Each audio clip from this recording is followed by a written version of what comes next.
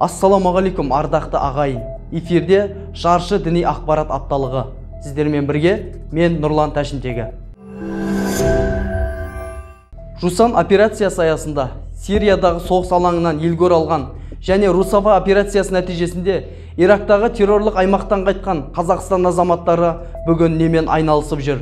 Еліміздегі дін саясаты жүргізудің қыр-сыры және басты операциялар нәтижесі жөнінде Ақпарат және қоғамдық даму министрлігі Дін істер комитетінің төрағасы Ержан Нүкежанов Азаттық рух тілшісіне жауап берген еді. Төрағаның айтуынша, өткен жылы теріс бағыттағы діни ақпараттарды әлеуметтік желілерді оқып, тыңдап отырған азаматтар саны 2019 жылмен салыстырғанда 44%-ға қысқарған. Бұл қуантарлық жағдай. Себебі теріс радикалды идеологияны насихаттайтын бірден-бір құрал әлеуметтік желі. Осы тұста экстремистік террористік сипаттағы 21 мыңнан астам материал бұғатталды дейді Ержан Болатқанұлы. Расында әлеуметтік желі теріс идеологияның ұзын құрығы. Осы тұста Тауньюз интернет порталының Instagram парақшасына жарияланған мына бейнематериалға назар аударса. Дін мен дәстүрді үндестіріп отырған зайырлы еліміздің берекесін кетіретін шетелдік идеология. Дәстүрлі дін құндылықтарын бұрмалап, салт дәстүрімізге қиянат жасалуда. Жастар жалған шейхтардың лекцияларын тыңдап, бейбіт ортаны бүлдіргенше күш қуатын білуге жұмсаса игі дейді аға буын. Қазақстан Республикасы парламенті мәжілісінің депутаты Файзулла Каменовтың айтуынша, шетелден келген діни ағымдар арамызға кіріп кетті. Қысқа шалбар киіп, сақал қойған, әсіресе терактілерден кейін дінге деген жұрттың көзқарасы өзгеріп кетті дейді. Бұл қауіп о баста жол сілтер алдыңғы аға буынның болмауымен байланыстырады. Соның нәтижесінде бүгінгі күні мынадай жағдайлар орын алуда. Алматы облысында есірткі сатуды кәсіп еткен 47 жастағы азамат ұсталды. Күдіктіні тінту барысында есірткі оралған 6 орам алынды. Зертханалық тексеру барысында табылған зат гашиш болып шықты. Күдікті деструктивті діни ағым мүшесі екені белгілі болды. Өткен аптада Қызылорда облысы Дін істер басқармасы жанынан діни бірлестіктер клубы құрылды. Клубтың негізгі мақсаты діни бірлестіктер арасындағы конструктивті диалогты кеңейту және конфессияаралық келісімді нығайту үшін жағдай жасау. Міне, көктем мезгілінің алғашқы айы. Құстар қайтып, тіршілік иелері еңбекке етене кірісетін уақыт.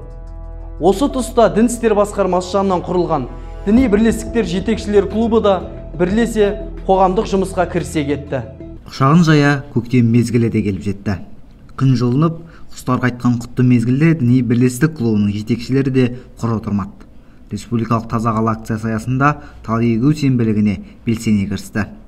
Қаланың көркеюіне үлес қосу үшін Дін істер басқармасының басшысы мен дін мәселе зерттеу орталығының директоры бастап алғашқы көшеттерді отырғызды. Это является свидетельством единства, согласия, дружбы, взаимопонимания между конфессиями, между религиозными объединениями. Цель благоустройства города, воспитание молодежи, чувство патриотизма, любви к городу, Казахстану. И я благодарю Всевышнего, что вот Он слышит наши молитвы, было такое сердце, желание, чтобы что-то сделать для этого города, для города Кызылорды, для города, в котором мы живем, город, за который мы молимся, и желаем, чтобы этот город всегда процветал, зеленел, чтобы он действительно был городом, в который люди с желанием будут приезжать, жить, растить своих детей и созидать свою жизнь. Қаламыздағы темір жол саябағына жиналған діни бірлестік өкілдері тал егіп, саябаққа жаңа рең әкелді. Ал сая болатын ағаштардың сан артқаны қуантады.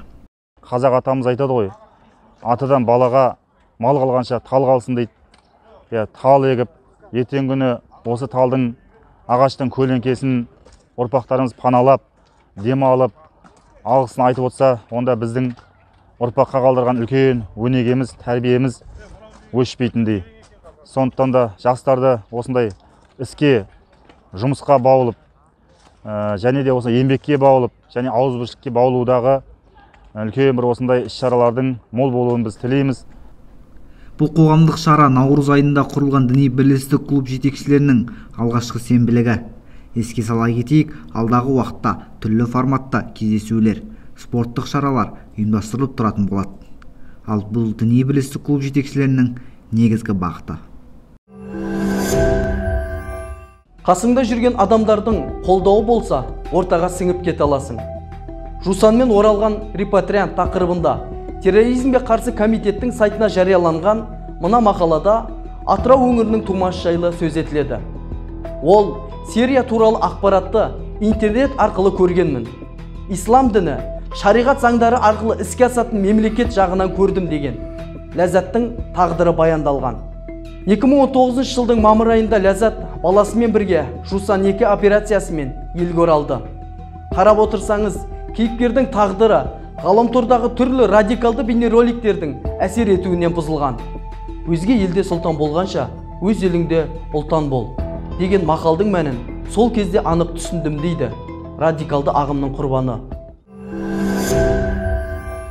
Мемлекетіміздің зайырлығы жөнінде Қызылорда облысы дін мәселелері зерттеу орталығының дінтанушы маманы Ақерке Сақтағанованың мақаласы Ақмешіт апталық газетінің сайтына жарияланды. Мақалада адамдардың сыртқы бейнесіне қарап баға беріп жатамыз дейді автор. Деструктивті діни ағымды ұстанушылар Қазақстанның әр өңірінен көліктерді ұрлап келген деген күдікке ілікті, деп хабарлайды Ішкі істер министрлігінің баспасөз қызметі. Шымкент қаласында полицейлер ұрланған Toyota Camry 55 автокөлігін тапты. Оны күдіктілер 4 миллион теңгеге сатып үлгерген және ұрланған автокөліктің есігін ашқан электронды сканер аппараты да айғақ зат ретінде алынды. Апта ағымындағы ақпараттар легі осы. Алдағы жұмада жүздескенше.